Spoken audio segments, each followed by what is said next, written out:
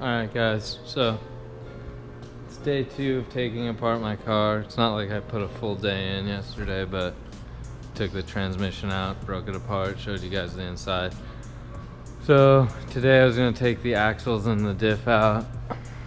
Well, I kind of showed you the axle already, but we'll take the diff out and then I'll explain to you what I'm going to do on the diff for checking for the backlash and see how far out it is or if it loosened up. Jeff's working on his car over there. He's gonna video that process for you guys, so you'll see this soon with time lapse here and maybe one back there. So now I'm gonna use this, take the rest of the axle bolts out, and then I will get both of those axles ready to ship back with that other axle I was showing you guys the other day. And then we'll pull the diff out. Diff's pretty heavy, so it's not the easiest thing to do by myself. I don't even know that I could do it by myself, so I'll probably have Jeff help me on that because Joe will be gone by then. Next up would be taking out some of the rear ducting so I can get into this fuel cell. Or probably just take the whole fuel cell off because I need to get into the surge tank that's inside the cell, radium surge tank, and I need to take the pumps out, probably just they've been in there 2 years. I replaced the filters last year, got 2 solid years out of those pumps. I think we're gonna retire them for now and put new pumps in there so that, you know, no issues for next season. Okay, so axles are out. Ow, hit my head again. Don't do that. Don't hit your head. There's the 2 axles. They both look fine. They probably are just a little worn because there's a little bit of like slop when you hold this one here and then with the other hand go back and forth when this one's stationary. So they loosened up a little bit over the season. These are really big, beefy drive shaft shop axles. I've never yet had a single issue ever with a drive shaft shop part, actually ever. So, really happy with these. I bought these axles for Pro 2 back in 2015. I got a second pair eventually, so I had just in case I was to break one or hit a wall and bend it or damage it. I don't know, never had an issue. And we all know I've hit many walls, so that's just what happens in drifting. So I hit walls, bent arms, and bent the rear knuckle and everything else. Never once damaged an axle so bad it wouldn't work. The drive shaft shop sells a 2,000 horsepower drag setup, so that's what I run on my Supra, and I don't make 2,000 horsepower, so I have a feeling I'm never gonna break anything under here, and the weakest link is not those axles. So if I break anything, it's probably gonna be the lower shaft on this Winters or the stub axles on the Winters, but I have an upgraded shaft and internals in my Winters, so I don't know. Been lucky so far. Been pretty lucky. Okay, so now to get the diff out, see the 3 through bolts up there that go through the black part of the subframe. There's 3 more bolts here on the front, these Allens. Not that hard, but this is one of those times where you need 3 arms again, but 2 there on that side, 2 Allens there, there and there. Gonna undo the Allens in the front and the sides right now.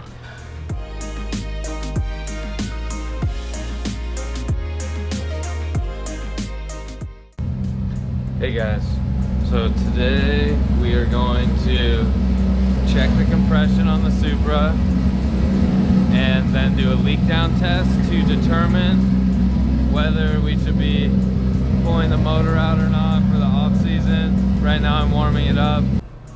Okay, like I was saying earlier, compression test, leak down test helps us determine how the inside of the motor is.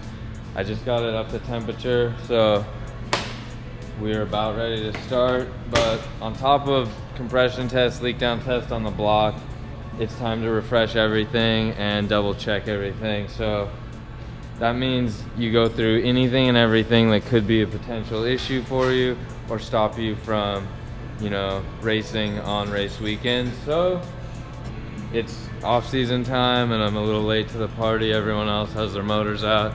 And when I say everyone else, I'm talking about the other people in pro driving. They're already doing their off-season prep already, but we'll be fine that we're, you know, a week or two late. Okay, so got some stuff taken apart here. Plug wires are all off. They're over here. And then I disconnect them from the coils so that we're not gonna, this end of it's disconnected, that end of it's disconnected. Conveniently, I can stand in this cutout here. Helps, you don't have to lean over so far. Then on top of disconnecting the spark plug wires, I also disconnect injectors so that we're not putting fuel into the cylinder when we're trying to check compression. Otherwise it just kind of fills up. So we do that, we disconnect these. I'll do that after I set the camera down.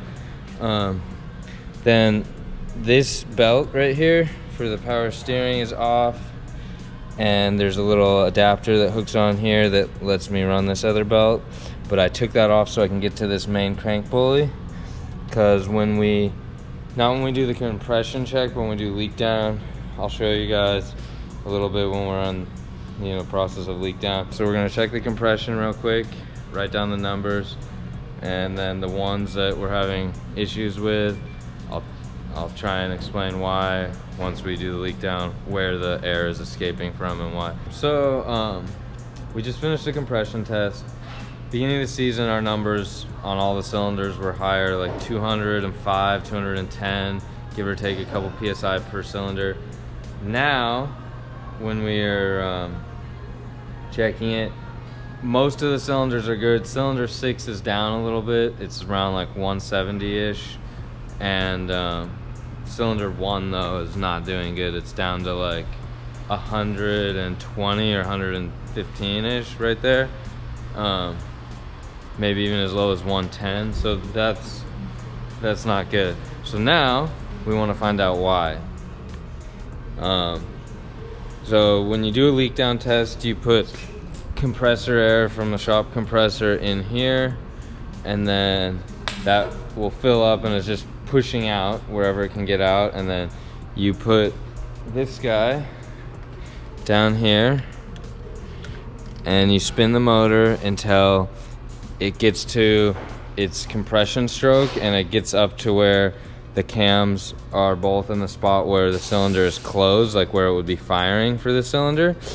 And it's kind of like a exact spot that you got to get to. You could try if you wanted to churn it per cylinder to get it in the right spot. I just hook it on and I crank until I feel resistance, and then I push and push and push through all the PSI from the compressor that's going there, and you'll watch it come up. Like, cause on this gauge here you see 80%, that's high leak down, moderate leak down, low leak down, and then where it says set right there, that's like solid motor. Most likely cylinders 3, 4, and 5, 2 is kind of lower than it was at the beginning of the season. It's like 185 right now. So we're gonna be able to see where it's leaking from. If it's leaking from, let's say, the intake side, intake valves, I'll remove this, and then we'll be able to like even feel or hear air coming out the intake manifold. If it's exhaust valves that are not seating perfectly, you'll hear air coming out the turbo and the exhaust over there. If it's the rings that went bad, then it's gonna build crankcase pressure, and it's wanna go like out into the motor. You might be able to hear it in the dipstick, or you're just gonna, you'll kind of hear it like leaving it, but you won't hear it leaving on either exhaust or intake, so you'll know at that point like, oh hey, we're leaking out of like the rings are slowly wearing out. It could be all the above. So the rings are gonna only last so long when you're putting as much like heat and boost as we do. It's not that we're running like excessive boost, but depending what I put my iBoost controller at, which I have 5 settings, so highest setting is like past 30 pounds actually, so it's anywhere from basically 20 pounds to 34 pounds of boost in increments of about 4 psi. So if it's the rings, it's understandable. It had many FD rounds on it, practice events and fun events. So it, you know, motor's kind of just like a ticking time bomb. It's like, how long is it gonna last and how are you gonna maintain it to last as long as you can. But when you're asking 900 horsepower out of 3.4 liters, you're not gonna get it, you know, for 5 years of consecutive abuse. You might get it in a street car for 5 years, but he's not banging rev limiter and staying there like around the bank at Irwindale or whatever the case is that, you know, slowly takes a toll on these guys. So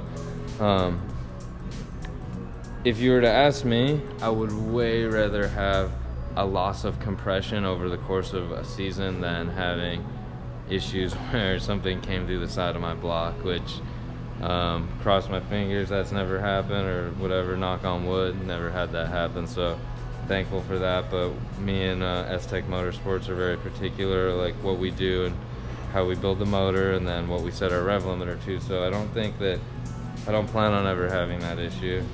Okay, so we're about halfway through the leak down test. I made this sheet that says leak down results 1 through 6. Let me kind of fill you guys in. So the 3 places it can leak are intake valves, exhaust valves, or rings.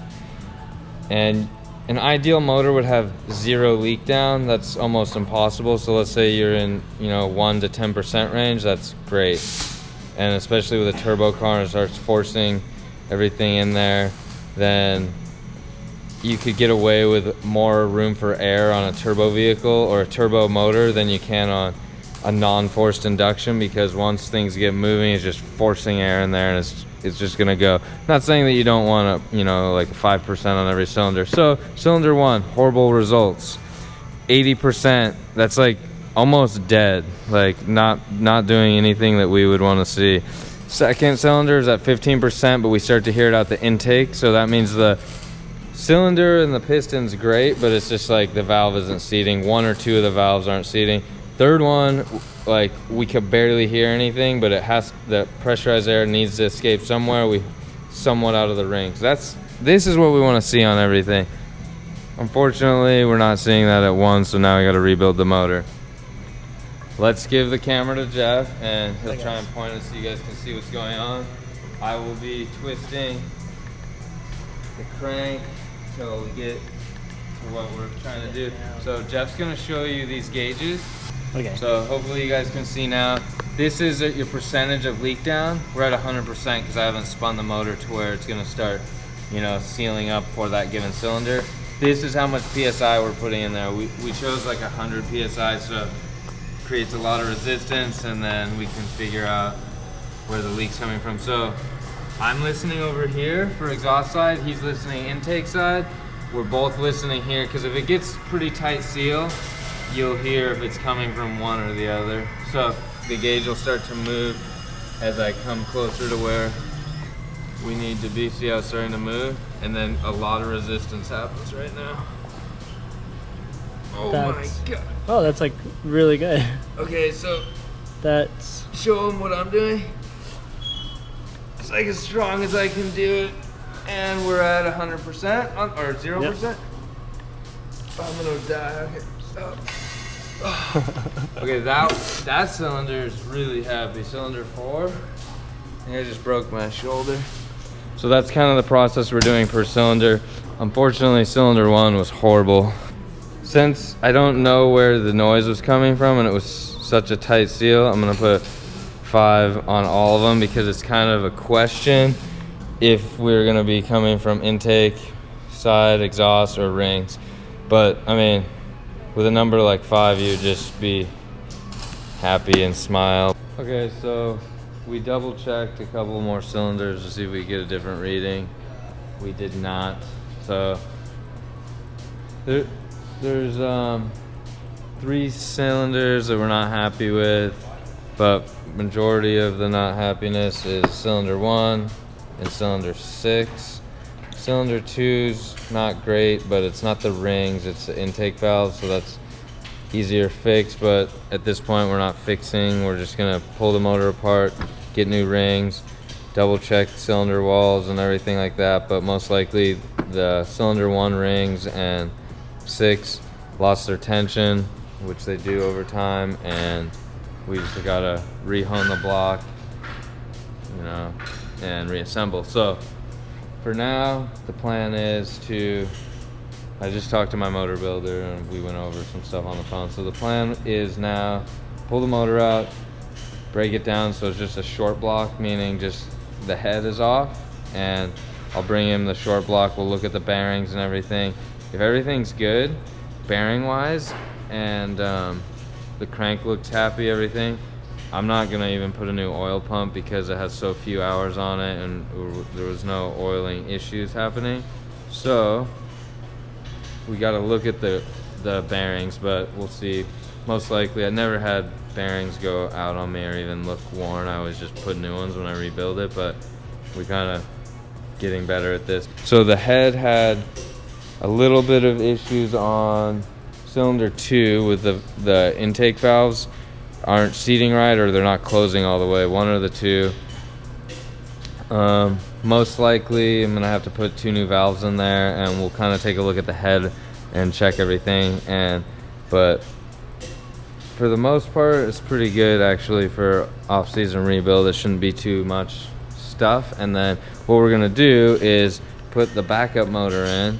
So what I'll do is I'll pull this out, separate the head from the block like I was saying, and then over here we have our backup motor. We're just gonna put the backup motor in, maybe not right away, but very soon we're gonna put the backup motor in and get that guy back in there, because pretty much be ready to run. I don't know, we gotta check a couple other things, but then we'll be ready to reassemble this car and we can get it back on the track sooner.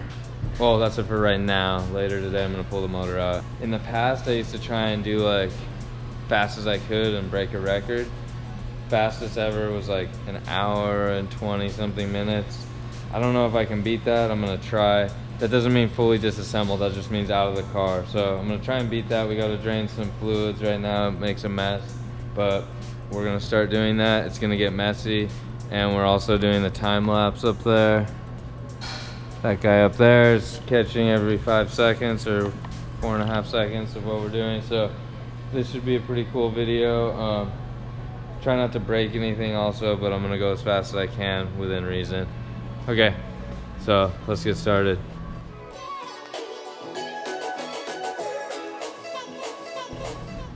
Alright, so we're at the point we can lower the car and the motor will just kind of come out, or we could lower the car on the forklift and lift that up, but I don't know, I'm gonna try and do it by myself. So we're gonna start doing this. Time lapse is still going. I'll talk to you guys as soon as the motor's out, but it's been a little over 1 hour of actual work time. I don't think I beat my record. I think I beat myself last year, because I don't even know exactly what time, but I think I'm already at 1.5 hours right now and it's not out yet. So I'll talk to you guys in a little bit, and we'll show you when the motor's out.